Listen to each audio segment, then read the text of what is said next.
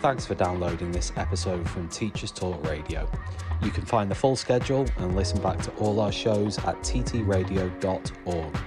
Enjoy the podcast.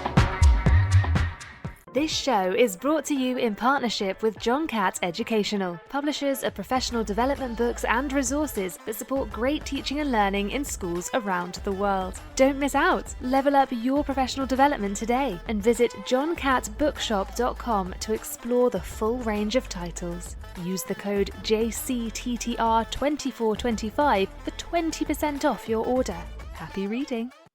All right, how's it going? I hope your Christmas is and New Year, just everything. I hope it's gone well. Welcome back to Teachers Talk Radio. We are back again after one of our only broadcasting holidays of the year is over the winter break. So it's fantastic to be back on air with you live on TTR.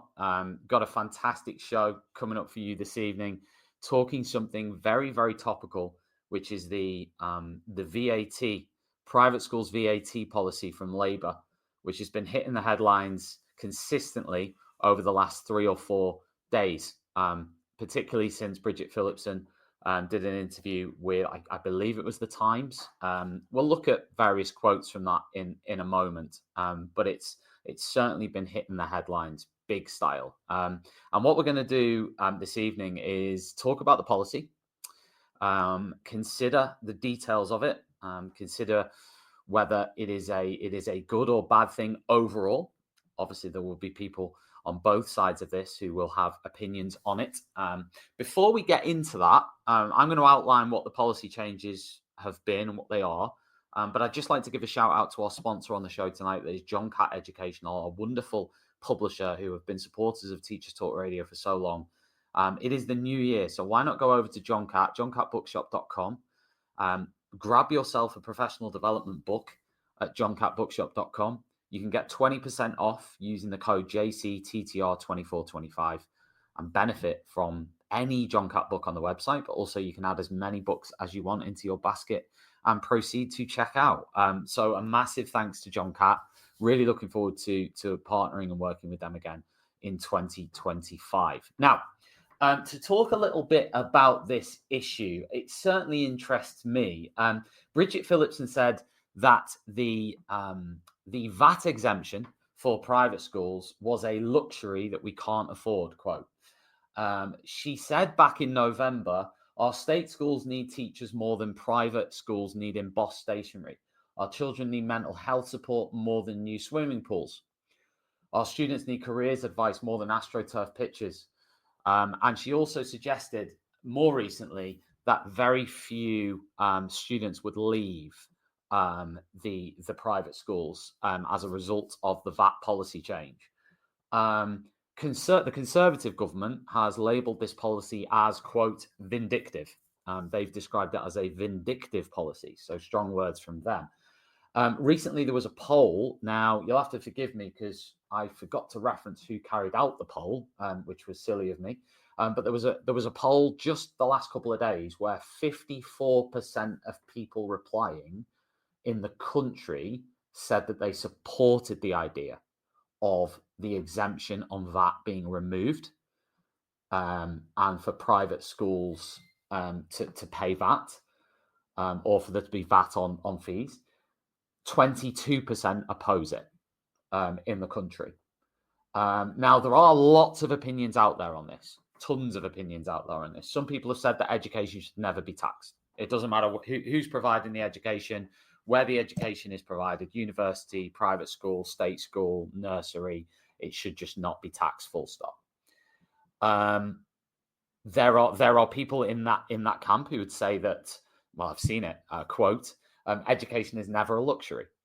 I saw somebody saying milk doesn't become a luxury because it was bought at Waitrose, as a comparison. But I've seen many people reply to that and say that's ridiculous, because the fact that education has been made free means that it cannot be a luxury because it's available for free at the point of delivery. So there's a ton of commentary on this that we've had online. I am lucky this evening to have 4 sort of expert panelists. I'm going to say that certainly experts within education. Maybe not experts on VAT and tax policy. I don't know. They might be, but they're certainly experts in education. And I'm going to bring them on now, hopefully, starting with Katrina and Christine and Ian and Sarah. Now, just before we kick off this conversation, I thought it would be lovely to just go around everybody. It's very rare, by the way, I have 5 guests at the same time. So this must be a first. Maybe not. I don't know. But I'll go around everybody, and I'm just going to give you sort of a minute to tell everybody a little bit about you and what you currently doing. So we'll start with, bit of feedback. We'll start with Ian. Hello, Tom. Yes, my name is Ian Lloyd. I've been 20 years in the education sector. I've worked in both independent and state-sponsored schools, mainstream sector, and I'm looking forward to contributing to this evening's discussion with a balanced view. Brilliant. Oh, before I move on to Sarah's introduction, we've already had some texts in. Helen Barnett says there's a new poll on the Times. 74% are against it. So listen, my polling came from one particular report in The Guardian. I'm sure other polling does exist. But anyway, I thought I'd throw that in. Sarah, this is going to be fun tonight. This is going to be fun. Sarah, go on. Yeah, it is going to be fun. Hi, I'm Sarah. As you can see, I'm a teaching fellow at the University of Southampton. I've been teaching now, I think I'm in my 4th year at Southampton. But before then, I was a secondary school teacher for nearly 11 years. So I've been in both places. I taught English and media at secondary school, and I'm doing computer science at the University of Southampton. Hello, everyone. Brilliant. Christine? Hi, good evening, everyone. My name's Christine Cunniff. I'm the principal of LVS Ascot. It's a co-ed school, 4 to 19 day and boarding.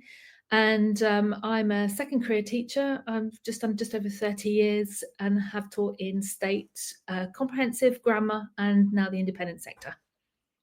And Katrina. Hi, I'm Katrina Lowry. So I currently work as a neurodiversity specialist. So I help nurseries, schools, colleges, and businesses with support for neurodivergent people. I'm here more as a parent today because my daughter goes to a private school, and I am in favour of VAT on the fees. Hold your horses, Katrina. I haven't asked you yet. No, that's all right. I just thought I'd say getting in there first. I'm an education professional, but that's what I was asked to talk about today. But I have taught in special schools, mainstream, private schools as well. So my last school was actually a private school. So I come at that from the professional experience, and I got 21 years experience in the classroom. Brilliant. Well, as I said, we've got a heck of a lot of experience and insight to discuss this. So I'll come back to the first person I introduced. So Ian, I'll roll back round to you to start with. Now, when I said the VAT, the Labour policy on VAT, when I said VAT exemption, right, being removed, is there anything you want to correct me on that? I think you've been very careful in your choice of words by saying VAT exemption. If you take a little look at most of the newspapers and other media outlets, they're using quite inflammatory language about the removal of tax breaks to independent schools. And there is no such thing as a tax break on a tax that doesn't exist. This tax has existed from yesterday and still is not actually a legal entity, as it has not received royal assent yet. Ian, I'll start off by asking you on this policy. What is your view then on the policy? Do you disagree with it? I fear that there is a fundamental question that needs to be answered first, and that is, should VAT apply on education? Okay. Okay. And if let's say, for example, somebody answered possibly, so then are you in favour of that or not? So then does that apply to universities, to tutors, to commercial language tuition, recognizing that in fact education is a merit good and our investment in education in the UK helps to promote the well-being, the health of our future generations and their economic impact?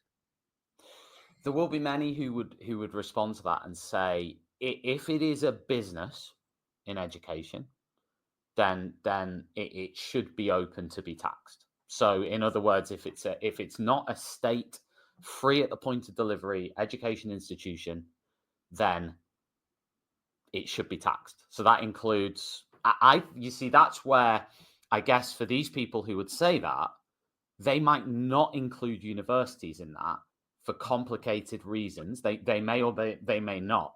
They would include tuition centres in it, and they would include maybe nurseries in it, private nurseries. But I don't know whether they'd include universities in that. I don't know. But what would you say to them?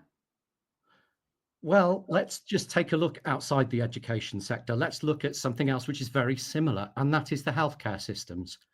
If you have a need to have an operation, you can choose for a private operation to be undertaken. You don't pay VAT on that. What's different? Well, we're going to discuss this in plentiful detail as we go around. I'll go next to Sarah. Sarah, I knew you'd do. I knew you'd do that. No, I'm going in order of everyone I introduced. What is there anything you would say to what Ian said there? Yeah, so I'm really clear that I think if you choose to buy an education for your child, then you are buying from a business that is providing that for you, and that business should be liable to VAT and other taxation in the same way that any other business is. So that to answer the point about healthcare, I think there's a world of difference between buying healthcare and buying an education. Healthcare is something that we hope that we're never going to need. We need more of it as we get older. But an education is something that sets up and equips people to contribute to society for the rest of their lives. And I think that makes it very much more important. And for that reason, I think if you choose to step outside of that and purchase an advantage for your child, then you are stepping into the business arena, and you should pay tax just like everybody else does. And that money should then go back to the state sector to help fund state education. Ian, I'll give you a chance to respond to Sarah before I move forward with that. And also, I wanted to ask, before I bring Ian in, Sarah, I wanted to ask you what you thought about what Ian, because that is a point raised by many people on that side of the argument, which is around the university issue. Now, you work for a university. So I do, yeah. Do you believe that there should be a VAT exemption for your university? That is a really good question. I have to be completely honest and say that I've confined my kind of background research and my opinion to state schools up to, well, basically up to 18 as it is now. And I have to say I haven't really thought about universities. So I'm afraid I'm gonna kind of sidestep that one. I'd like to think that education would be free for everyone at university, but that in terms of students paying fees. But I honestly don't know enough about how universities are funded, so I'm going to sidestep that one. I'm really sorry, but I don't have enough information to really respond to that. We'll bring in other people obviously in a minute, but I don't either. That's why when I caveated what I said earlier on about universities, it does seem to be a bit more blurred for me on how it's funded, where it's funded from, where the fees, what those institutions are, etc. However, I think it's a valid question to ask in terms of universities within that bracket. Ian, I don't know whether you want to respond to anything Sarah said. I would. I think with respect, there is an assumption there that independent schools are businesses in some way. Many of the independent schools in the UK are in fact charities. And any surplus that is made in terms of income is obviously reinvested for the benefit of the students that come through the school.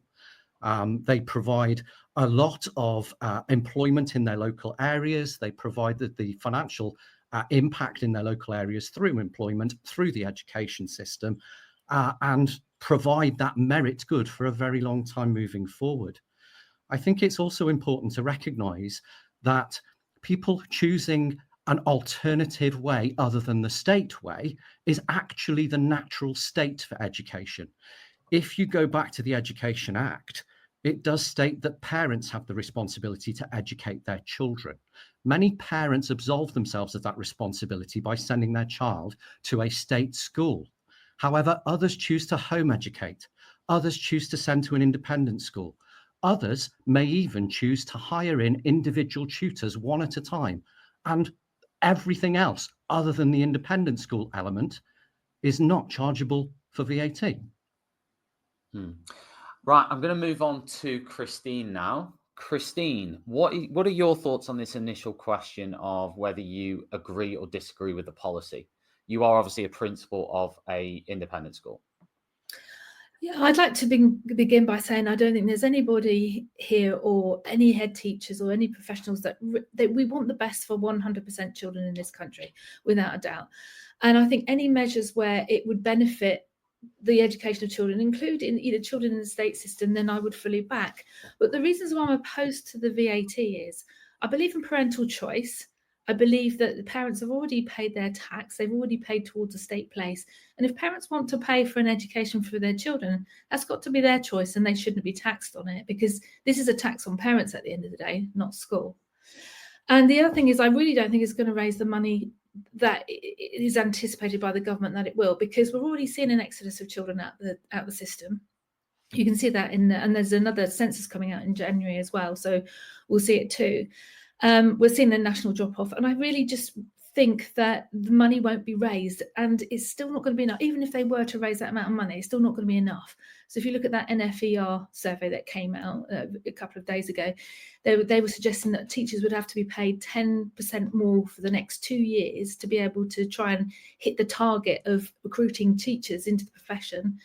And our recruitment issue at the moment in the UK is critical. And so I really just don't think it's going to raise the money. So why damage something that works, that's good? And why can't we find other ways of raising money to ensure that all children, not 93% or 7%, but 100% have the best possible education in the UK? Why should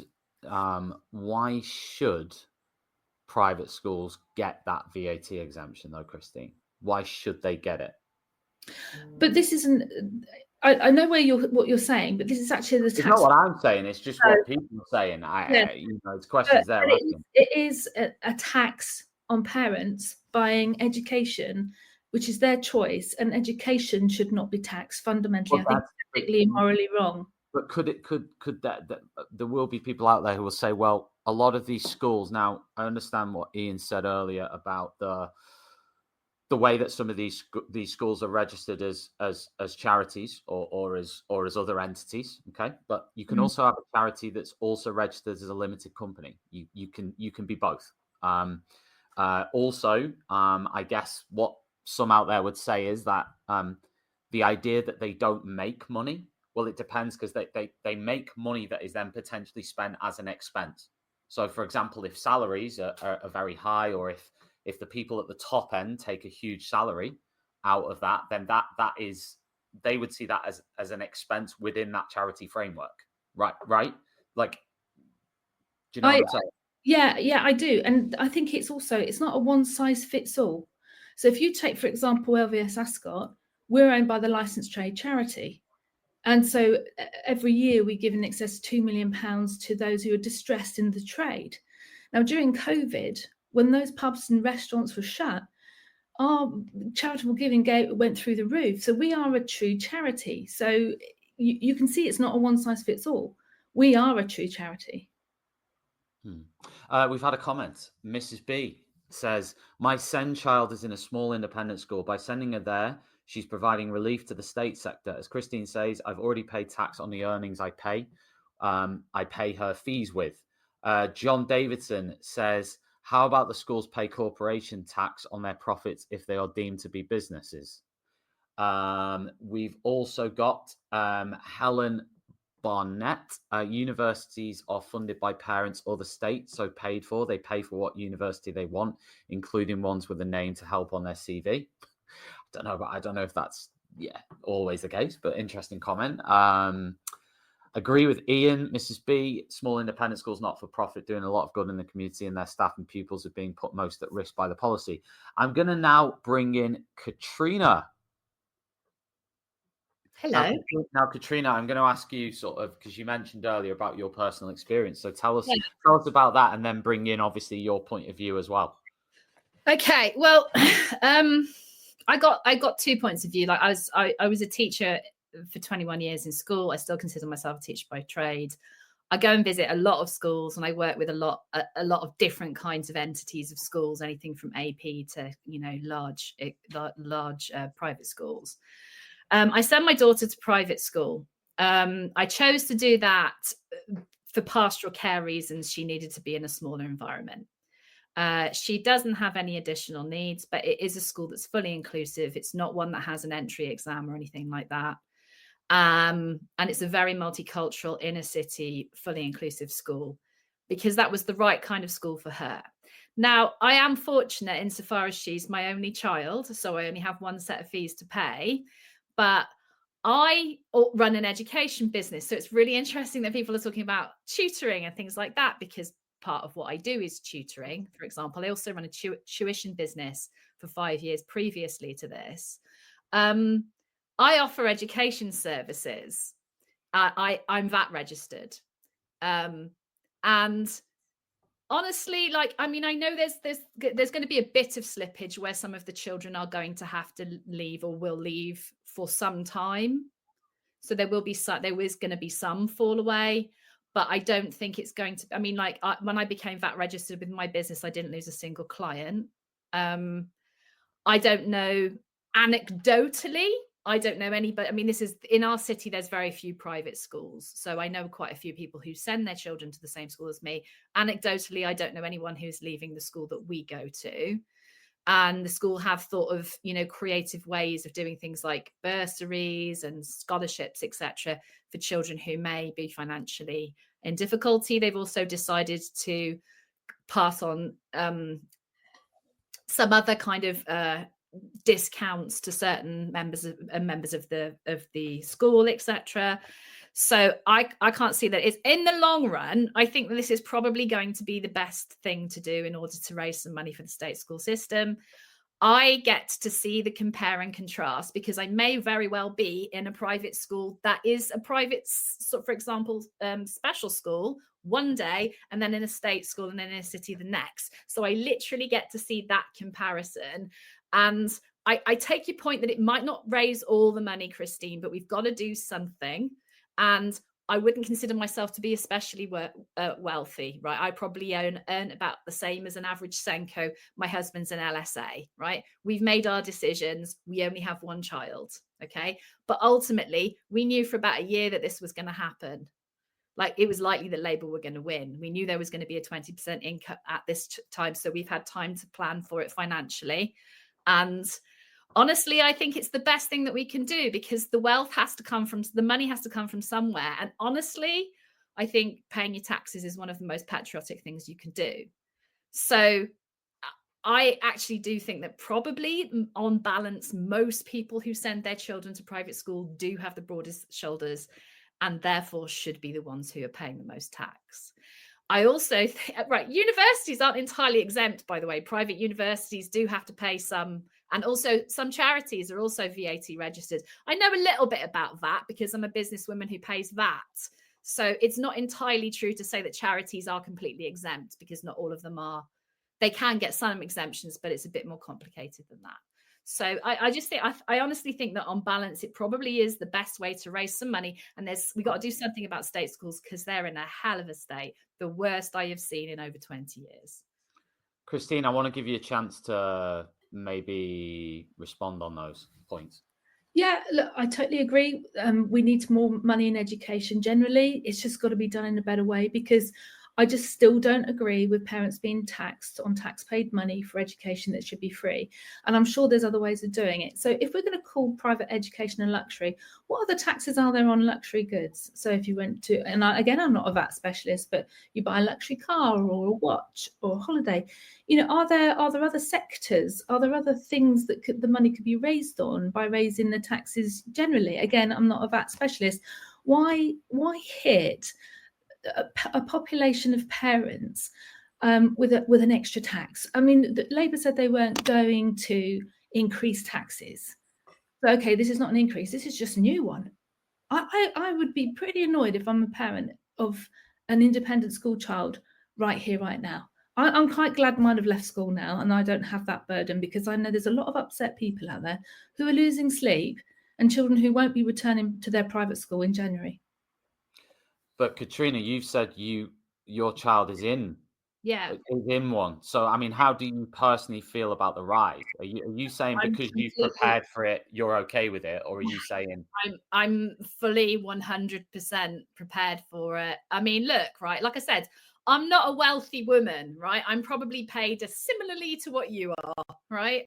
Which is kind of like, you know, and my husband's an LSA, right? We're not wealthy people. We happen to be, in comparison to people in the United Kingdom, probably doing pretty much okay, right?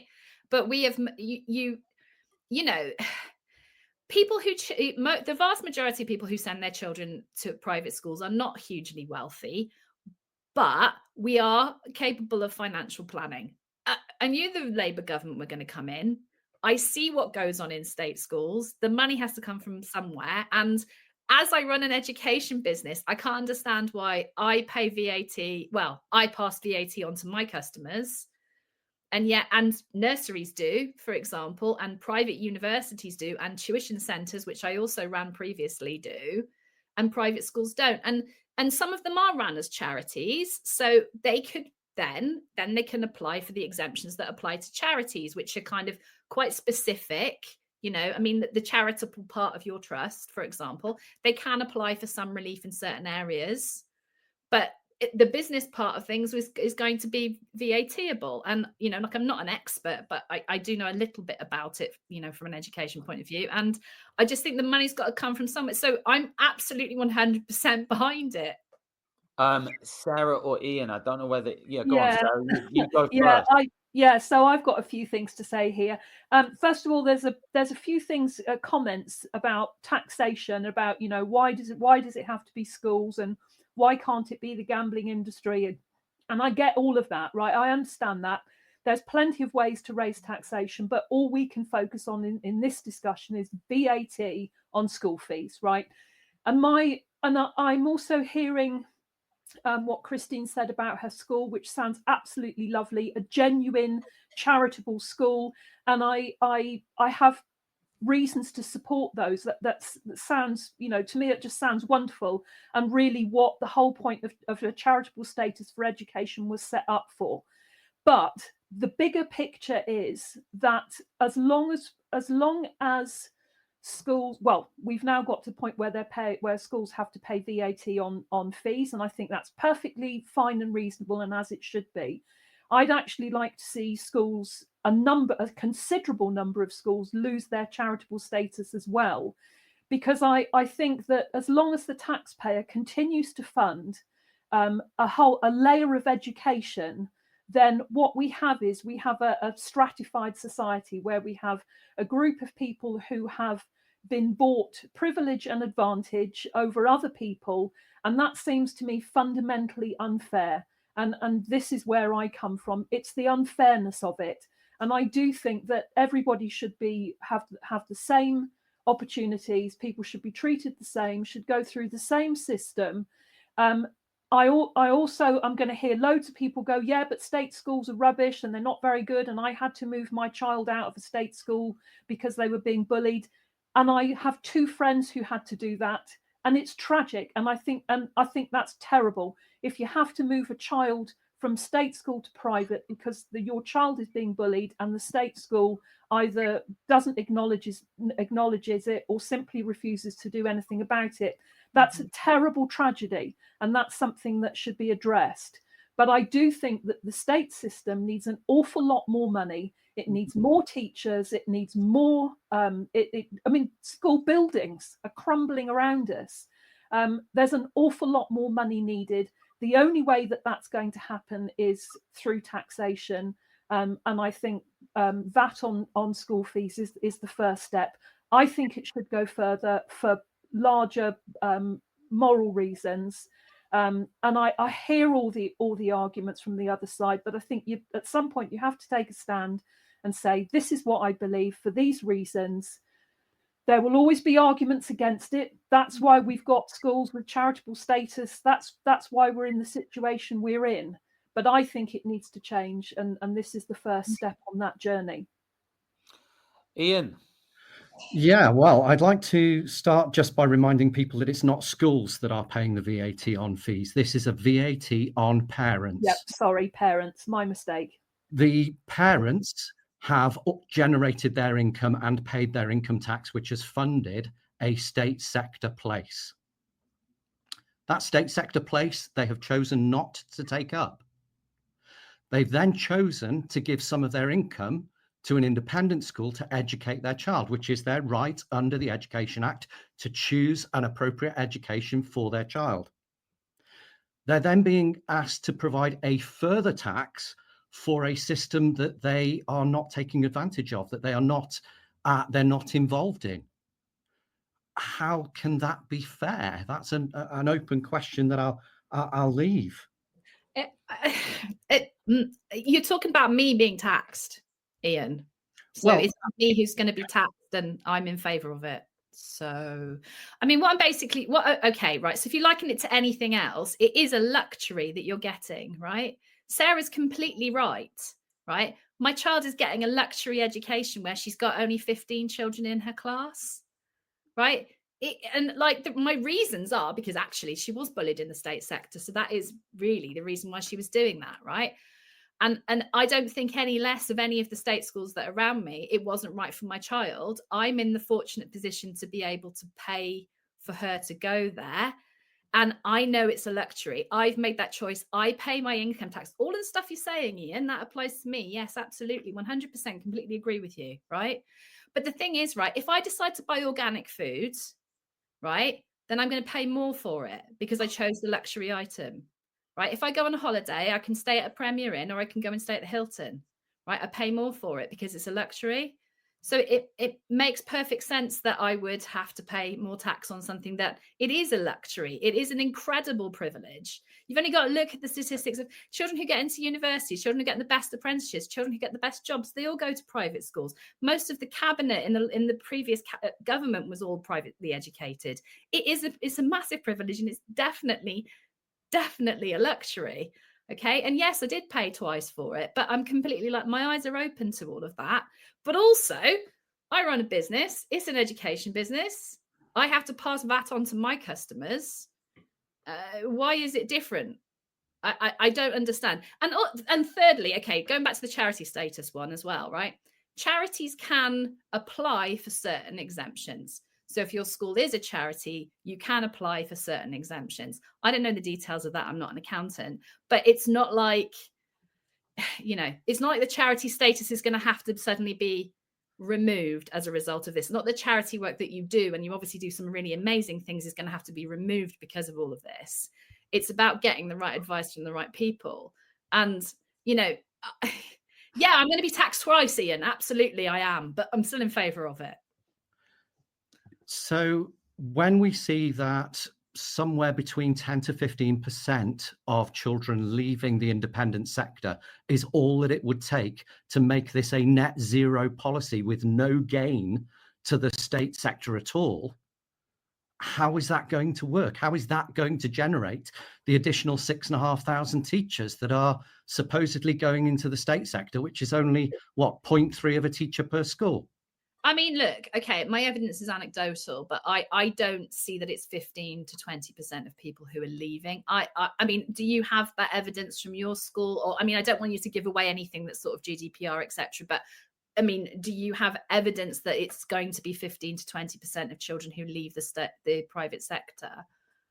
I've got the evidence from the Adam Smith Institute that it will only take between 10 and 15% of students leaving the independent sector to make this a net zero policy. But are they doing that though? Just to come in, I mean, Bridget Phillipson has said very clearly that she doesn't believe that there will be that sort of exodus. I don't. There is commentary out there that suggests it could be more like 5% that end up leaving. There is also, Tom, newspaper reports and reports from local governments where in Surrey, for example, there are no places for any children leaving in year 9 and above in the state sector, and they're having to bus students over 30 odd miles to get them into a state school. Having said that, though, Surrey has got an awful lot of private schools, though, hasn't it? I mean, like, it's a really, like, you know, that and Oxfordshire is probably the two with the highest number of private schools. So maybe that's just disproportionate because of the area. Like, I mean, you know, where I live, I'm in Cardiff. We've only got 4 private schools in the entire city, and there's 400,000 people. So it's going to be places and places. There's always going to be a shakeout when there's a new policy with these sorts of things. But like, look, if you look at any other business, right? If your mechanic suddenly said, oh, I've got to charge you VAT on this, or your hairdresser said, I've got to charge you VAT on this, right? You get some time to think about it, and you get to make an informed decision about whether you continue to go there. Like my dog groomer did it recently, okay? And you know what? They didn't lose a single customer. Right? I had to put VAT on my charge a year ago, right? And I didn't lose a single customer, right? Anecdotally, I don't know of anybody, and of the private schools that I work with, they are talking around about that kind of like 5% that is kind of being bandied about. I don't have the figures. We won't have the figures probably for several months, but I honestly can't see it being 10 to 20%. Christine, somebody, again, you might not be able to answer this, but Rachel has asked, well, she's asked Ian, but you're the principal, so we'll ask you. She has asked what percent do you think are going to leave your school? If you can't answer that, that's absolutely fine. It is early days, but I think what we're seeing across the country, probably in September 24, which has just gone, about 5 to 8% of children just didn't arrive. So the offers might have gone out there, but over the summer, obviously people got a bit jittery and didn't arrive. Then we're going to see a further drop off in January. And then we're going to see that the real impact will be September 2025. And I think that's when we could see 10 to 15%. I've just got a couple of other points on that. Is if we're talking about fairness, let's say about these children that do leave our schools, in the independent sector, there's going to be, it will create more social divide. Because parents can afford, and I've looked at some of the chat here, and some of the parents, teachers here are saying they can afford to move into rich areas where, if you look at the top 10 state schools in the country, take out faith schools and grammar schools, the average house prices in those areas are £650,000 to £1 million. And I know a very good state school in Ascot where I'd say the average house is £2 to £3 million. You're going to have more children you might get more children being tutored for the grammar schools. You're going to push out more disadvantaged children. You know, there's going to be a hit on possibly on a pay bill coming up for academies. Again, it's going to really exacerbate the recruitment issues, and Latin's just been taken away in the state schools as well. So we've got a lot of children who are going to be disadvantaged by this. And I've got a question for Katrina. Being a neurodiversity specialist, okay, bearing in mind it's going to be some of these smaller SEN schools that are going to really suffer from this. And I know in my school, out of 800 children, a quarter of those have special educational needs, but they don't meet the threshold for an EHCP. So my parents, they not only pay the fees, they pay SEN support on top of that as well. And a lot of these children will be the ones that are going to be forced to leave their school. And I do know there's people watching on here tonight who are in that position. How does that make you feel as a neurodiversity specialist? This show is brought to you in partnership with John Catt Educational, publishers of professional development books and resources that support great teaching and learning in schools around the world. Don't miss out. Level up your professional development today and visit johncattbookshop.com to explore the full range of titles. Use the code JCTTR2425 for 20% off your order. Happy reading. I love this. This is a brilliant question. Thank you. I'm also neurodivergent myself. Right. My daughter's school, like I said, is a fully inclusive school. Right. So they have a large cohort of autistic children and other neurodivergent children. So yeah, I know exactly the kind of children that you're talking about. And also previously, my last kind of like in-school teaching gig was at a school that was specifically, well, generally speaking, for children who were, you could describe loosely as anxious non-attenders, a huge number of which were exactly the kind of children that you describe. Okay, so I know exactly what you're talking about. There will be other funding that is available I mean, there are a large number of children who are at private schools who are an EHCP or an IDP, as far as you know, because that's what we call them in Wales. That's that's kind of similar thing that we have in Wales. So there will be that. There will be families who have a whip round and Auntie Flo plays for it. There will be. The thing is, right, you can't know about somebody's individual circumstances unless you tell them. So we are talking in very general, broad, sweeping terms here. I don't think that those children are going to be the ones who are affected the most from this, because the vast majority of them do have access to additional funding, which is available. There's lots. I know that there's lots. There's lots of scholarships and bursaries and things. Well, there are in Wales. Okay, I'm just talking about from people that I know. Okay, I can't see it as I really just can't see it as being the landslide of difficulty that everybody sees it as being. I really don't.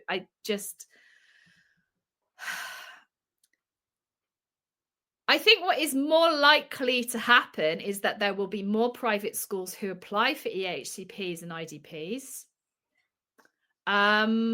But there are lots of children already in private schools who have IDPs and EHCPs. And in certain counties, for certain, I mean, actually just thinking about it back to when I worked in Gloucestershire, there are other pieces of funding that are available as well. There's also flexi schooling, which brings in a whole other thing that people can do too. So I just like, I have other thoughts as well, but I don't want to give away any sort of like private information here. But I mean, both as a neurodivergent person and as a neurodiversity specialist, I can't see that it's going to be the landslide of disappointment that everyone thinks it's going to be. I think I've got a lot of children in my school who possibly are on the spectrum there as well, who are going to be extremely anxious about leaving a school where they're comfortable and we're meeting their needs. Are they leaving?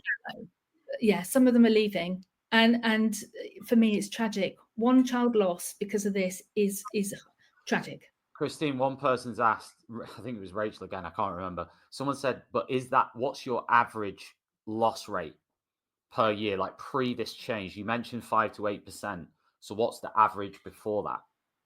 No, so our numbers were pretty stable up until then. We just, as soon as the general election happened in July, that's when we saw that sort of, you know, I wouldn't say it's falling off a cliff, because I think because it's been brought in mid-year, a lot of parents will see this year out because they just don't want to leave mid-year, even though we are seeing, you know, some go. The big drop-off will be in September 2025. I think it's also important to note that there are children who are in years 10, 11, 12 and 13 who their parents will be completely and utterly reluctant to move them, despite the fact that they possibly can't afford to keep them in their schools, because they don't want to move them during the exam years. They've got no idea what school they're going to end up in. There's no consistency of the choice of options and the specification for exam boards. So how can you move them? That is so dangerous to that child. I've got a question for everybody, okay, based on this, because this is a really interesting bit, which is the SEND sort of part of this. Is there will be SEND students in state schools now who would love to be in a private school, right? And there will be thousands of them who would love it. There is a very small subset of those students who can currently access those class sizes and resources, and that's the key part that's I guess maybe attractive to them, because they're out of that environment where there might be, as Katrina said with her child, there might be more chance of bullying or whatever, right? So I guess this is a question for everyone. Should every child then have access to that? Every SEND child have access to that? How can we, are we saying, and I'll ask Ian, because I think Christine's had to go, but Ian, should every child then have access to that? And therefore that would surely be impossible, because that would have to then be state funded to give them, that would involve changing the whole landscape of state education. There is nothing more true than the comment that every child matters. And it doesn't matter what the needs of that child are. If the parent chooses for the state education system to provide for that child, you would expect the state education system to be able to meet the needs of that child. However, there are local authorities around the UK. I've taught in Wales, as you know, so I know that there are specialist independent schools where local authorities who recognise that there is not the state school provision available, they pay for those children to have access to the independent school so that that child's needs are met. Okay, I mean, I don't know whether anybody else wants to come in on that. Sarah, you haven't spoken for a while. Yeah, so I mean, Ian's absolutely right. Every child does matter, and every child needs to have the opportunity to do their very best in a secure, calm, and inclusive environment. And I'm talking about their very best. I'm not talking about, getting top grades, getting getting your grade 8, getting your top flight A levels. I'm not talking about that. I'm talking about every individual being able to do their best within that individual's capabilities. What I see is that the split between the state and private school is leading to a 2-tier society where we have people in positions of power and authority purely because of the university they managed to get to, because of the private school that helped to send them there, that then appoint people like themselves, and the whole system has become rotten. And I want that to change. And one of the ways I see that changing is by challenging the independent education sector. And I think the first, like I said, in an ideal world, I would like charitable status removed from most schools. There's a long history of the Anglican Church and the Tory party making sure that I think it was initially 9 universities, and it's now expanded to quite a few thousand schools. They fought really hard for charitable status to remain with those institutions because that's where they were sending their sons. And historically, they've worked really hard to keep that. And so we are now in a situation where we have, as I said, this divided society. And I would like that to be dismantled. And I see education, where children are educated, as the first step in that process. I want really good state schools. I want state schools with smaller class sizes. I want state schools that are run like, for example, like Michaela School. I know that's a bit of a controversial choice, and Catherine Birbalsingh is by no means my favourite person, but I'd love to work in her school because it's calm, it's managed, all the students do really well, she got really good results. I would like to see more state schools, all state schools, primary, secondary, operate on that basis and be the best that they can be. And I realise that this is a utopia that is never going to happen, but we have to have something to aim for. And the first thing that needs to happen is that the state sector needs funding. It desperately needs more money. And the only way that's going to come is from taxation. And I think if you I realise that there's a kind of middle strata of parents like Katrina who are by no means wealthy but are making the sacrifice for their children. I don't want them to do that. I want them to know that there's a state school on their doorstep that they're happy to send their child to. That's what I want. And if the really rich choose to send their children to private school, well, they should pay through the nose for it, and they shouldn't get any help from the taxpayer if that's what they choose to do. But I want the best for the state, and that's what I'm arguing for. Sarah, I'm arguing for a better state.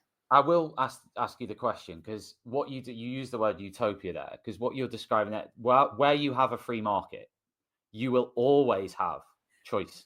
You'll always have choice. Yes. So what you're describing is many would describe, not me, many out there would say that is just a utopia version of a free market society.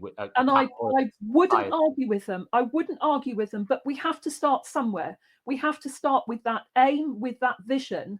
even if it never completely gets there. I mean, you know, somebody said in the comments earlier on that what I was advocating was communism, and I'm really not.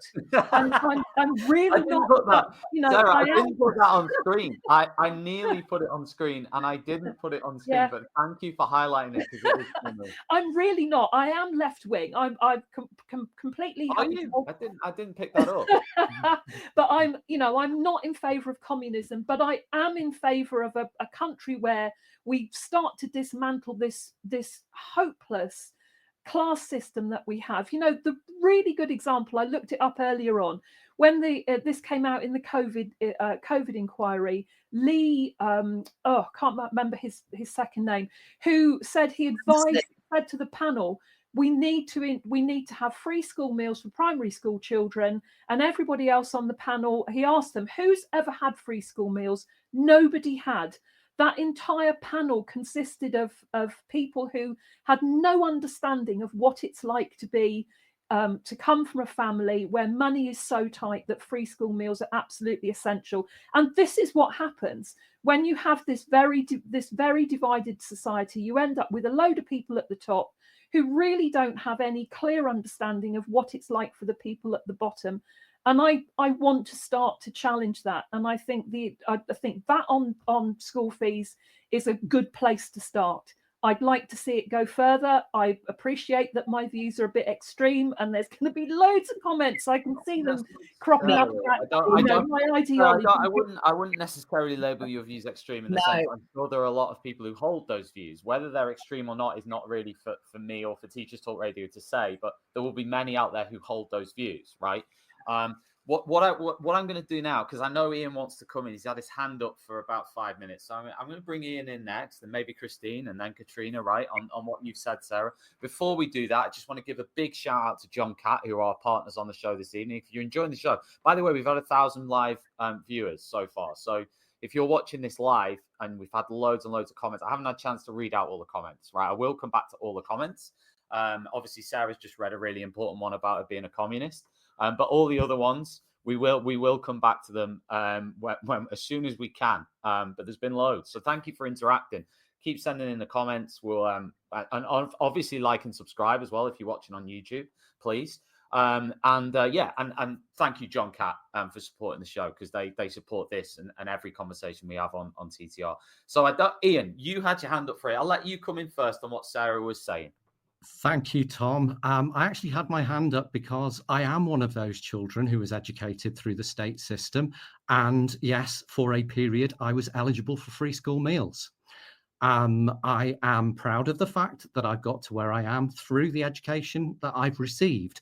And it is as a direct result of teachers that inspired and enthused me and gave me the opportunities to thrive. And that's what parents want. And it doesn't matter whether it's in the state sector, whether it's in the independent sector, whether it's through homeschooling, whether it's flexi schooling.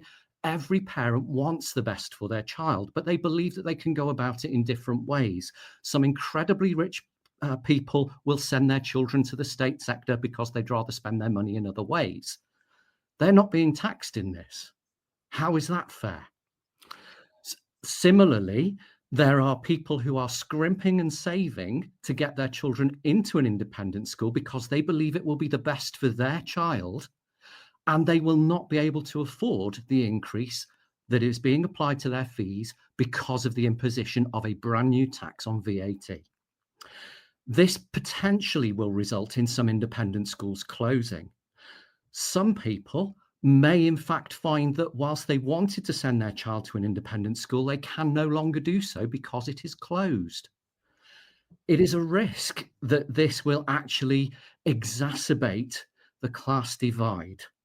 This will actually make independent schools more elitist and not give you that social equality that you're searching for. That's my opinion. Ian, a few questions. One would be, and I'll read out the comments in a minute as well, just to add, but a few questions that came to me while you were talking was around the 1.7 billion that they are saying that will bring in. Now, obviously, you've raised relevant points about that may range from up to 1.7 billion, let's say. Let's even cut that out. Let's say a billion, right? Whatever you want, right?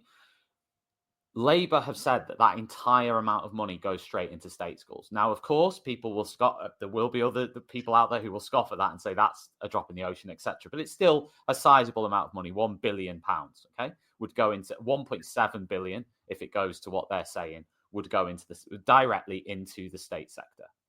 Now, where do you think then, if they're not going to get so? What would you like to happen then to create that 1.7 billion that they want to? Because that's a substantial amount of money. So just give me some ideas of where you would like to see that money come from. If it's so not we've there. talked a lot this evening and tried to make comparisons about things that are outside of the education sector. We've discussed things from cars to watches and so forth. Now, I'm not suggesting for a second that we should impose VAT on luxury goods because you brought them from a certain shop. For example, we know that beans are VAT exempt. If I buy beans from Aldi or I buy beans from Fortnum and Mason, I'm still paying the same amount of VAT. That is 0 rated. If I buy a computer, it doesn't matter whether I buy it from Currys or whether I get it specifically made, I'm paying 20% VAT on that computer purchase. Now, with education isn't a luxury. Education is a fundamental right under the United Nations Convention of the Rights of the Child. We have to provide education. It's a parent's duty to do that. Education is available free at the point of delivery. There will be those who would say education is available free at the point of delivery. So there is a specific brand of education that is luxury, but education in this country is free for 93% of the people who choose to take it up as free. But I want 100% of the children and the parents to have a choice as to how they get their education. But that would come back to my question earlier. If we're looking at improving... Sorry, go on. If we're looking to improve the funding for the state sector, I don't think it's the private sector, I don't think it's the independent sector, parents, that should simply be paying for that. If you recall, this is providing a merit good for society. Education, just no matter where it comes from, provides a merit good for society. It benefits the children now, it benefits society and the economy in the future. So in order to pay for that, it is everyone's responsibility. And that's why up until the 31st of December 2024, everybody contributed to the state education provision fairly. So would you then be arguing that all the students who can't access your school should be able to have the choice to access it, because that is their freedom of choice in education? I am suggesting that every child has that opportunity to access education. Tom, if you had £1 million tomorrow, what would you spend it on? You'd probably buy some your school, 100%. You would probably buy some luxury. Yeah, you'd probably buy some luxury goods. I'd get down to your school, Ian. I'd get. But you can get yourself a car a lot cheaper. You can provide education in lots of different ways, and you're penalising someone who is, in some cases, making sacrifices to be able to send their child because their child has been bullied or has special educational needs, or they simply want to put their children in a school that they will believe their child will thrive. So really, it should be down to income tax and globally paid taxes throughout the UK to be able to provide the minimum state level that we expect for our children. Katrina, I'll bring you in. Thanks. I just want to reply to one person who asked how many of my clients are VAT registered, and it says 100% of parents are not VAT registered. A lot of my clients are not VAT registered, just to clear that up. And a lot of my clients are parents as well. Sometimes they pay me directly to work with their child. So just to clear that up. Also, I got described as nasty and reckless as well. So I'm not a communist though. So. High five. That's clearly the worst thing, being a communist. Christine, do you want to come in on anything that Ian said? Yeah, I mean, you've nailed it there, Ian. You know, it's I'm a state school girl myself as well. In fact, yeah, me too. In front of 1,000 people, but I was expelled at 14, and I went to another one, and the rest is history. And it was brilliant. But, you know, one thing we're skirting around here, it's going to take more than 1.7 or 1.8, even if it was raised, to improve the system. Now, we've Of already course, seen I Do you don't know think what I mean? anyone would deny that, but So why is the focus on private schools and the VAT issue when how much do we actually need and where does it need to be spent and how? Because you can throw all the money you like into a boat that's got a hole in the bottom, it's just going to come straight out and not achieve anything. Now, as you say, Catherine Birbalsingh, and I am a fan of her, okay, there are some good examples of what we can do in this country. And I'm sure if we all pull together, it would be about 100% of children, because even 7% is 600,000 children in this country right now whose parents and them are not looking forward to this next academic year. And we should, as a country and a nation, be ashamed of ourselves. For what? Sorry, I missed that last. Christine? We should be ashamed of ourselves that we are going to tax education when it's not done anywhere else in the world. And the only place in Greece where it was a disaster. And in some countries, the state actually subsidizes some of the teachers' salaries in private schools because it's taken the burden off the state. Now, we are in this position, having this conversation and discussion tonight about children's lives. Yeah. Taxing education is wrong. Okay, so you say do you believe that no education services at all should be taxed? I think when it comes to children, the education should be provided. It should be provided free.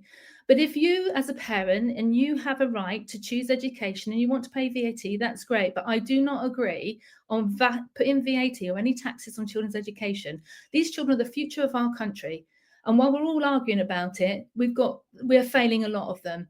Okay, and I think, you know, we need to do something about it. And it's about time we all pulled together and actually agreed on a path for 100% of children, not 93, not 7%.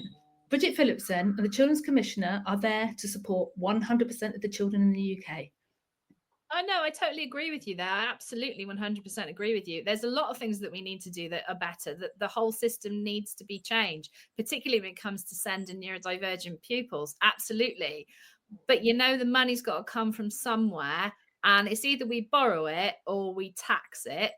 And I know people keep saying about income tax, etc., and saying that that's a fair tax. It demonstratively isn't. Obviously, the most fairest thing to do is to tax wealth. And this is the start. But you're not necessarily taxing wealth where some parents can't afford to add this VAT on. Okay, but the wealthiest people can, and the vast majority of people who send their children to private schools are able to afford to do so, because that's why they've chosen to send their children to private schools.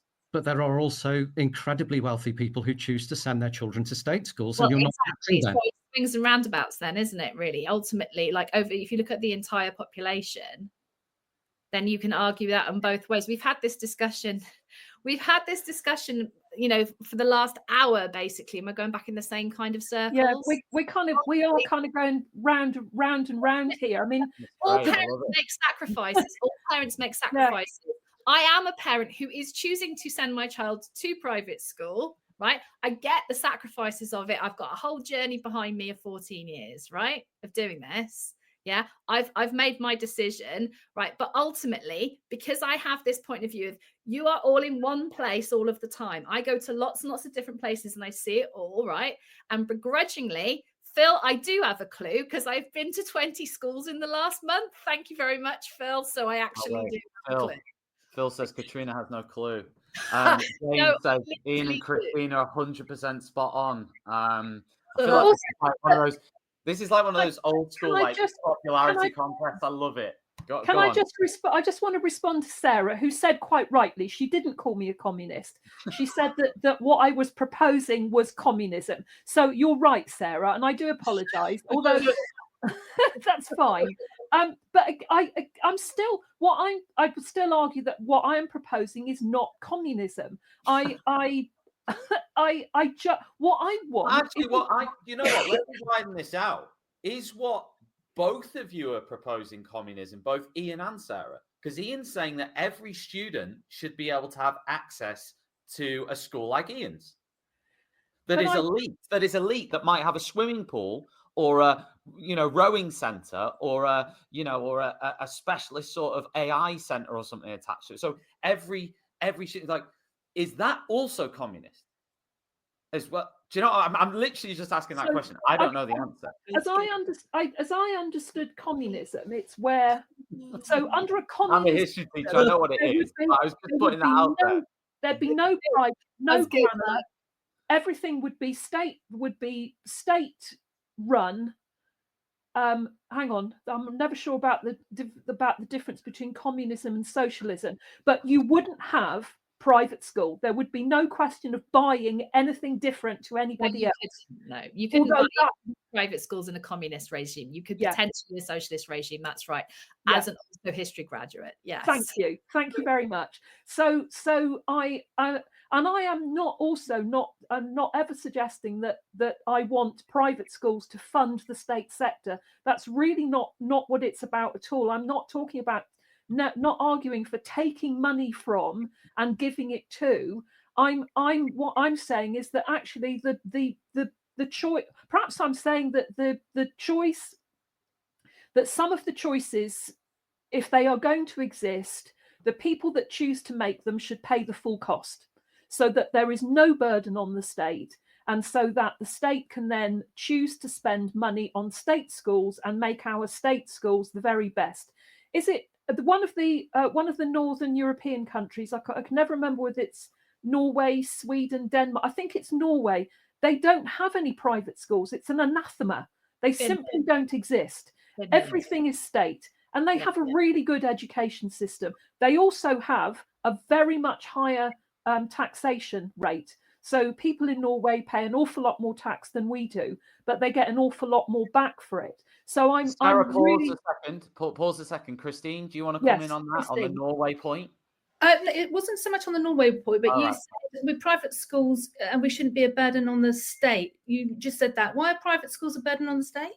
Well, because for charitable schools they don't pay tax on so many things that they should do.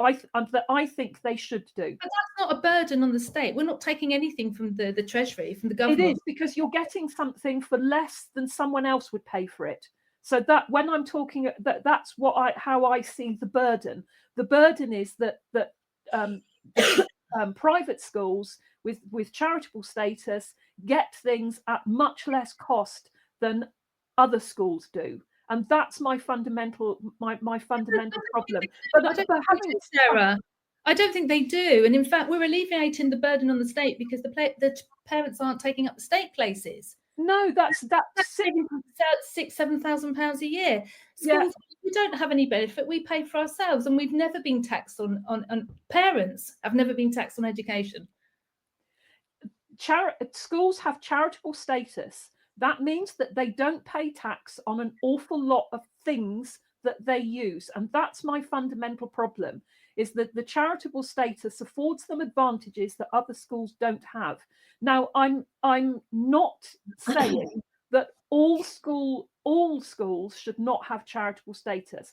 I think there's quite a difference between some schools that have charitable status where every single penny is spent on the education of the child and no money is made or goes anywhere else.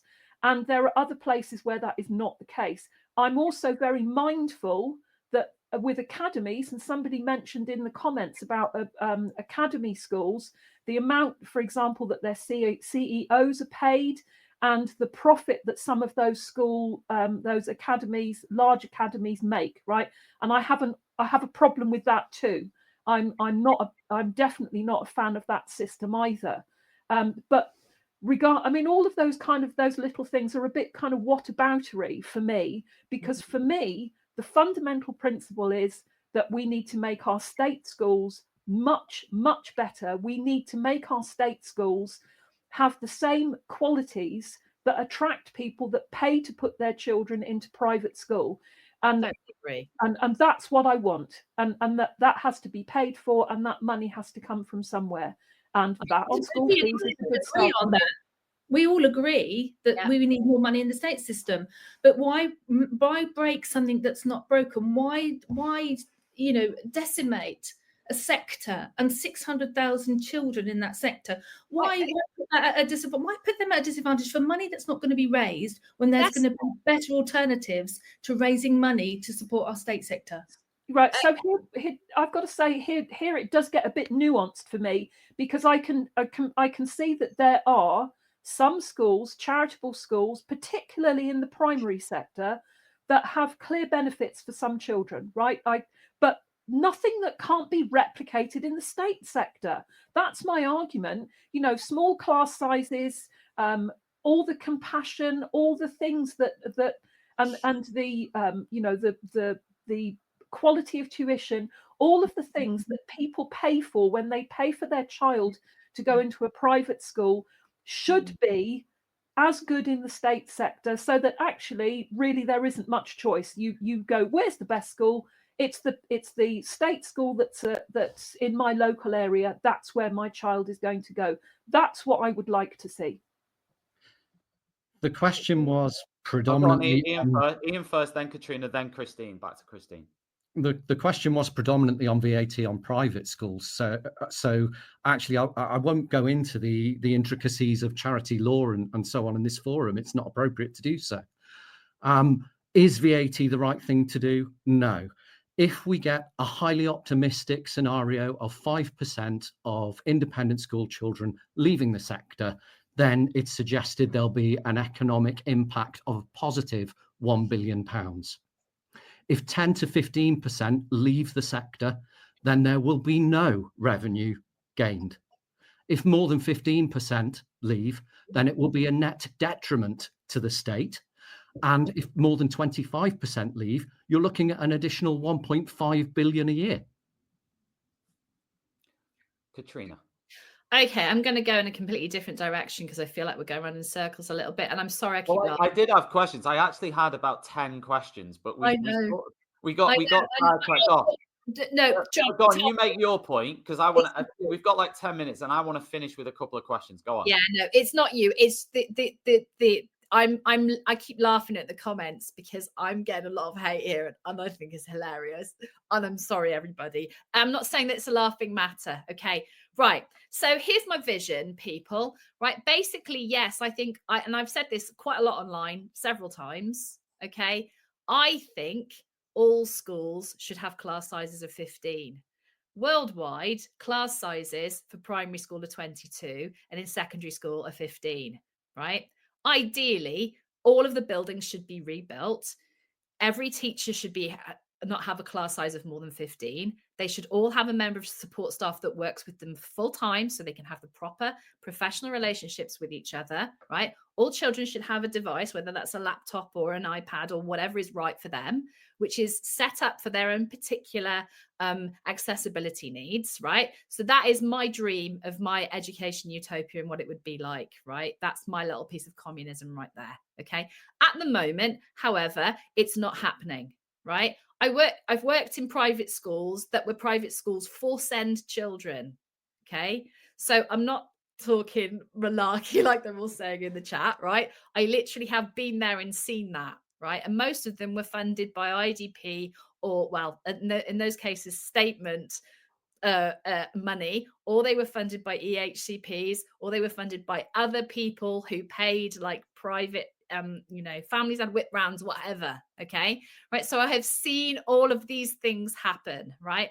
And I know what is possible with the money that they have at the moment. And in education, we've always made a purse out of a sow's ear, only now it's a hamster's ear. We've got even less than we had before. And something has to be done to change. Right. And unfortunately, we aren't going to be able to do this without some money. And that is one particular untapped source of money right now. And I think on balance, as somebody who runs an education business, who charges parents and people who are not VAT registered, such as charities, right? I can't see why one set of education shouldn't pay VAT and another set of education should pay VAT. It is an untapped resource which we haven't used yet. And there will have to be other ways, creative ways to find money in order to improve things in the education system.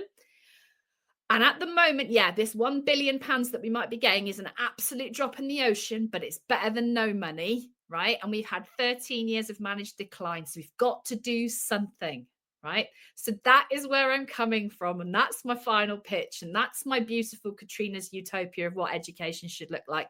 And I think actually, people, we are all on the same page here. We want a better education for the children. We want them all to have education that is as good as is in the private sector, in the state sector. And don't get me wrong, there are some amazing state schools out there, absolutely phenomenal state schools doing some amazing, brilliant work with brilliant children, fantastic teachers, etc., etc. Okay, but we've got to do something to improve things because the system is broken and it's not working. And yeah, that might be something to do with Brexit, Helen. Christine, do you want to have a say on? I mean, I've got a few questions to finish off on that sort of go a bit off what we're talking about, but still the same topic. But anything on based on anything from the last 3 sort of rounds of chats? Because I mean, I think the only thing is we all agree that it all needs improving. Okay. But I think we also agree it needs more than 1.7 or 1.8. And I think if you think that this policy is going to raise £1 billion a year, even if it was £1 billion, I think this is nonsense. It's not going to do it. And meanwhile, while we're going through this process, hundreds of thousands of children will suffer. the thing is, though, right? This is one for Christine, and then for Katrina or Sarah, and maybe Ian as well.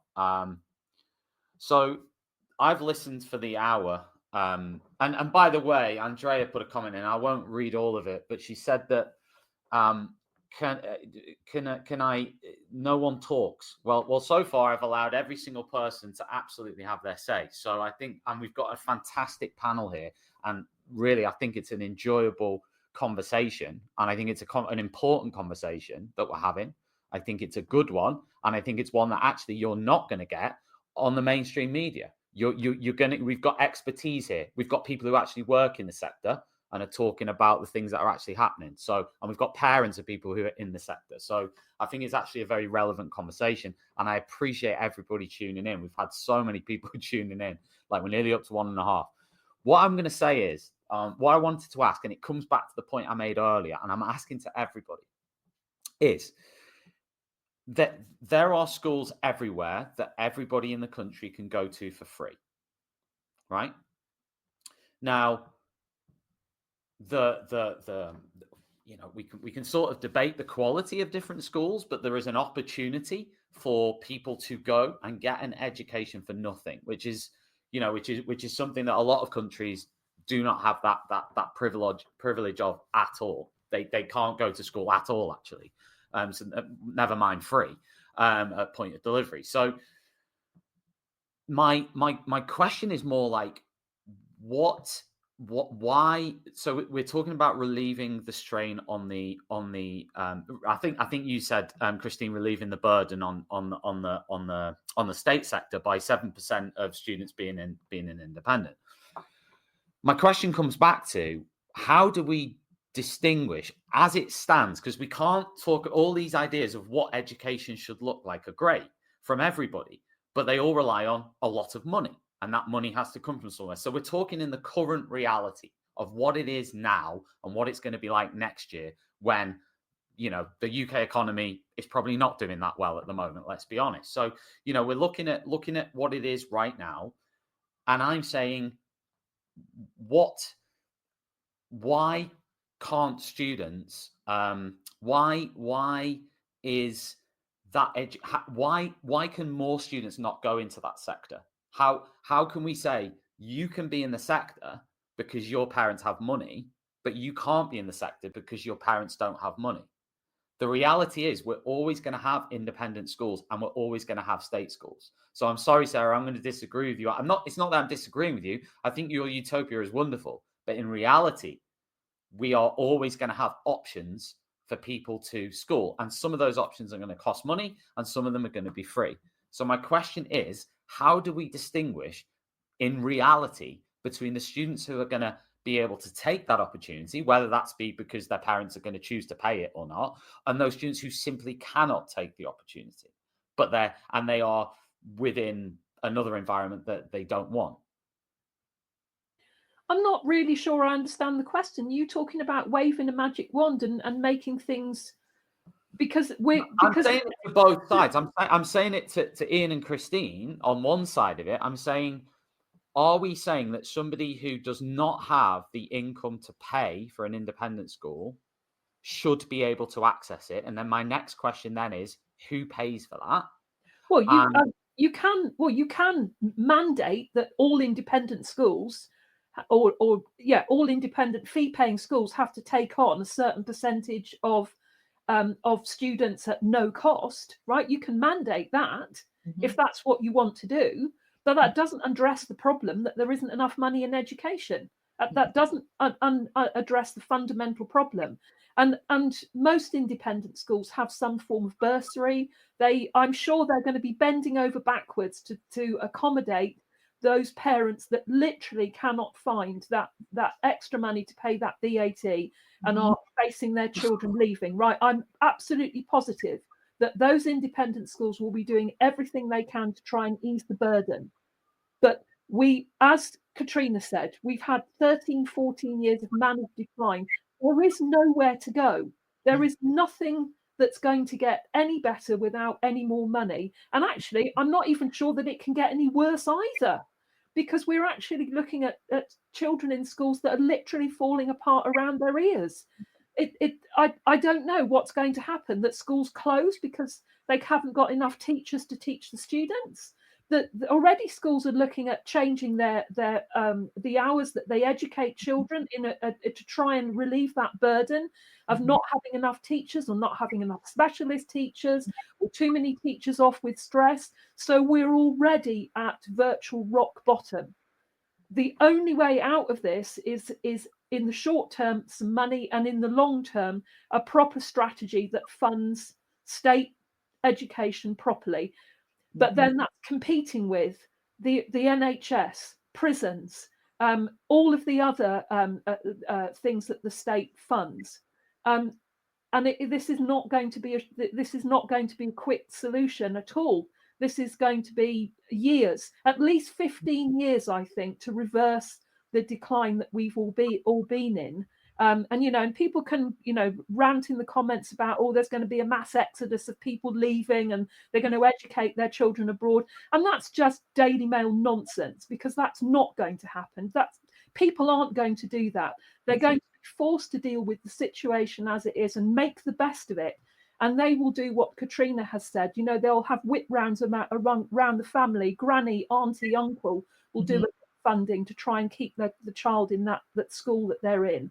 We'll all muddle through as best we can, but there is no short-term answer to any of this. It's very much long-term. And my utopia, what I'd like to see. We all want to see that. I have my view as to how I think that's going to be achieved. Ian clearly believes that that parents have to have choices. That's fine. I can live with that. That's okay. But there are no, I don't know what question you can ask. You can say, where are we going to get more money? One person has talked about taxing gambling. Yeah, why we haven't done that, I don't know. The most pernicious, damaging thing that we have in our society right now that is literally destroying the lives of thousands of people, and I don't even think it should be legal, but as it is, tax it, right? We should do that. Someone else has mentioned about an extra 20% on the wealthiest people in the country. Well, okay, so that would raise a lot of money, but then the question is that fair? Is that part of a fair taxation system? And that's a much bigger question than can be answered here. But I really don't think there's any question that you can ask that's going to address the problem beyond short term. Let's see what money we can get. Long term, very long term, needs to be a proper strategy here to refund state education so that everybody's getting the quality of education that they deserve. Yeah, absolutely, 100% agree with you. I just the thing is, I go to special schools as well, and they are amazing facilities. And if you had those facilities in mainstream schools, what a different place it would be. But there is so much work to be done, right? And this is a long term. This isn't going to be 1 year of VAT. This is going to be this basically VAT is now on it, right? Okay, so this is going to go on for decades and decades and decades, right? So eventually there's going to be money is going to be created, but this is just one particular strategy. And where else is the money supposed to come from? We've got to start trying to be a bit fairer in society. It's either that or we borrow the money. But schools are in such in my 25 years of working in education, I have never seen it so bad, right? I've never seen it so bad. And we all agree we've got to do something. So this is a something, right? And on balance, right, having looked deep inside my own soul and talked to lots of people, and with my experience of seeing lots and lots of different schools, I think that this is a way forward. Ian? I take on board Katrina's right to choose the best education for her child. And that's the right that I expect all parents to have. I am worried about Katrina's assertion that there will be continued income from VAT, because as mentioned, if as little as 10% of the independent school population move out of the independent sector, then there will be actually no revenue gain, because the state will be required at £8,000 per pupil to fund places for those students in the overcrowded, underfunded, falling down schools. That terrifies me. As a parent, as an educator, that is not what I want for the children, either in my care or throughout the UK. Christine? I must admit, and this has been quite a debate and a half, and we have been in the houses quite a bit, but what really kind of distresses me is that anybody who can support a policy which is so ideological, it's so vindictive, it's so nasty, and it's going to impact so many children in our country right now, children in my care, and I will always put children first, and I will continue to fight this battle for all children. I want the best for all children in the UK, but I will not see children disadvantaged in one particular sector because their parents choose to buy education out of money they've earned and paid tax on. It's their right, and it's up to them what they do with it. And meanwhile, we will continue to fight. Ian and I from the same school, Ian. So come Monday morning, we'll be back on the ground floor, and we'll be ensuring that we've got happy little bunny rabbits there accessing their education. A point to Katrina and Sarah. Tony says, asking the top 20% of families to pay £1,000 per year is a much fairer way to raise that 1.5 billion. Well, yes, but yeah. I don't make tax policy, Tony. But yeah, I mean, that might work. But I don't make tax policy. I'm not an accountant. Like I said, I'm a teacher by trade. I happen to run a business. It might work. That seems numerically to work, but I don't know how you would identify the top 20% of families. But yeah, tax wealth is a good idea. Yeah, I do think I would agree with that. I think we in the taxation policy in this country could do with a bit of an overhaul. There are an awful lot of loopholes that are exploited. And there are an awful lot of very wealthy individuals that could pay an awful lot more than they do and don't, right? And although, and I guess some people say, well, yes, but they're paying to send their children to private school, and that means that their children aren't going to the state school, and that's relieving the state. So why don't these wealthy people donate directly to their local state school then? What about that? Why don't they do that? Why don't they put their hands in their pockets and give a lump of money to their local state primary or secondary school? Let's have a little bit of philanthropy, but directed towards the state sector rather than settled elsewhere. That's something that could happen as well. I'll just refer to a few other comments because we've missed so many comments from different people. John has said, would the panel support an unwinding of the policy if in a couple of years it's shown at a net loss to the Treasury? They'll never undo VAT, John. I mean, it's a lovely idea, but they wouldn't undo VAT on anything. Once a government raises a tax, they're not going to untax somebody. They might bring it down, so it would be 20%, it'd be 17 or something, but they're not going to get rid of it completely. Yeah. He's also said, oh no, this is Mark, sorry, not John. Mark says, Tom, I'm guessing that's to me. How about people who don't have the income to live near a state school and access that? I'm guessing a good state school and access that. Well, because it's addressed to me, I'll answer that. Number one, I think there's some interesting perceptions about what a good school is, and a lot of parents will just look at an Ofsted report. So it depends whether you consider an Ofsted report to be valid or not, or how much weight you would put on an inspection report. There are, I would personally say, a lot of good state schools out there. I would argue that there are more good state schools than not out there. Having worked in mostly state schools in my career. So yeah, how about people who don't have the income to live near a good state school and access that? Again, you could argue, what about the people who don't have a good income to attend a private school then? Yeah. And if all state schools were good, that would be a moot point, wouldn't it? That would be that question wouldn't even arise. Yeah, I wanted to ask Katrina and Sarah is, what about concerns over employment for people within the independent sector? Do you have concerns about teachers and stuff who might be maybe made redundant or whatever based on this policy, or is that sort of just part of the thing that has to happen? Look, I think it's unlikely, right? But we know there's a massive shortage of teachers. So where are they going to go? There's other jobs that they can do. Look, I mean, I don't mean to be crass or flippant about it, and I know that's the way that I come across, but that's just my personality. Neurodivergent, I overshare. So there may be some redundancies. Sometimes there are redundancies in school. A school that I work with had to make 6 TAs redundant recently. That was a really sad, horrible thing to do. And I didn't wish it on anybody, having been made redundant myself in the past.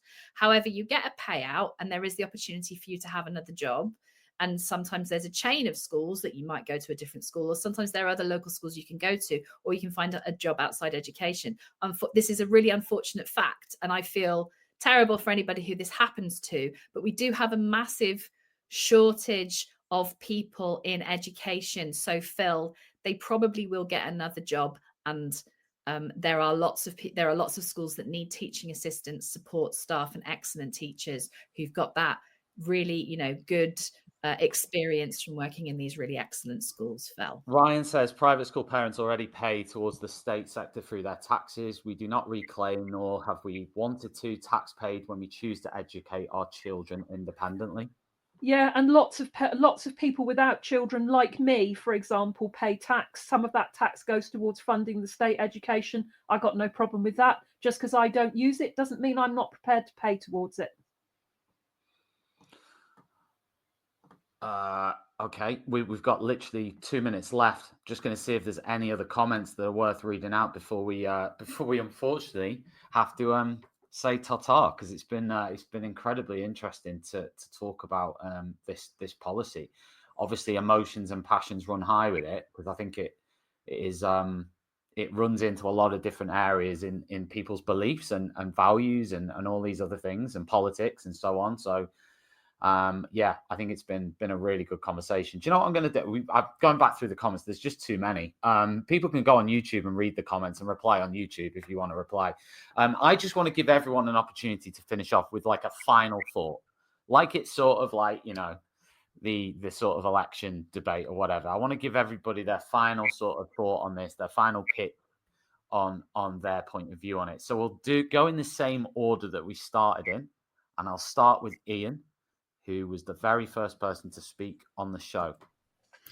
And Thank you, Tom. This is just for everyone joining. This is a conversation about the VAT policy, the new Labour VAT policy on independent schools. Thanks, Tom. I go back to the very first point that I made, that education is a fundamental right and should not be taxed. VAT on private school fees is a tax on parents, which is unfair because they've already paid tax on their income and they are choosing to put their children as is their right under both UNCRC and Education Act law, to place their children where they believe their children will thrive. Children should be at the heart of this policy, and by applying VAT, there will be significant numbers of children who will be required to move school, causing disruption to their learning, their education, and their future outcomes. That is so unfair. I think Sarah was next. Yeah, so I think that VAT on school fees is perfectly reasonable. I think if parents choose to send their child to a private school, they should be expected to fully fund the cost of that place. And the VAT is one step in that direction. And I think it's fair and reasonable. I would like a really good state sector so that parents don't have to make those choices. But we are where we are. We need to start somewhere. And this is a step in the right direction. Christine. Again, it's morally, ethically wrong to tax education. I am extremely concerned for the welfare of those children who will be displaced. And my heart goes out to the parents in independent schools now who are under so much pressure. And we're in for a really rocky ride. And I will continue to fight this all the way through. I will fight for a better education for 100% of children, but especially in our sector at the moment and what we're going through, we need to stick together and continue to fight. And Katrina, you've got 45 seconds. Yay. I would like to say that education is already being taxed in other sectors. And I think that this just brings about parity. I think we all agree that we want better education for all of the children in our system. And if we are to move anywhere near to there being any kind of parity of experience, which is what we're talking about for the children, then we need to think of some ways of raising the money. And this is one thing that is happening. And on balance, I do think it's one of the fairest ways to go about this. I 100% do want there to be parity of experience for all children within the education sector. Right, that brings this conversation to a close. I want to thank everybody for listening and engaging. It's been an absolute pleasure. Thank you for all the feedback on the show as well, all the comments saying how good it was. Really, really appreciate those comments. It's really nice to see people who've enjoyed it as much as I have. Absolutely fantastic. We've had 1,500 people tuning in across all our sort of streaming platforms, and obviously there'll be lots more watching this back. And if you want to watch it back, you can do so on YouTube, you can do so on X, you can do so on LinkedIn, you can do so anywhere. We'll also publish this as a podcast. So if you don't follow Teachers Talk Radio, get over to Spotify or Apple Podcasts or wherever you get the podcast from. This will be published as an audio-only podcast as well, if anybody prefers to listen to the audio. Big shout out to John Catt, who have, thank you, Tony, capital letters. It was a robust discussion. That's what we're all about at Teachers Talk Radio. That's exactly what we're all about. Everybody was passionate, but everyone was also polite, and everybody had their say. So that's really what it's all about. So thank you very much for tuning in. So we'll be back. I mean, we've got shows every single day, so make sure you tune into those. Give us a like and subscribe if you're watching on YouTube. I'll be back on Monday night actually talking about opportunities for students to study in the USA. But we've got loads of sort of shows between now and Monday that you can tune into as well. Thank you very much to all the panelists. It's been absolutely great, and I hope you all have a wonderful evening. And we will be back very soon. Thank you very much, and good night. You've been listening to Teachers Talk Radio. Tune in live and listen back at ttradio.org. We look forward to hearing from you next time on Teachers Talk Radio.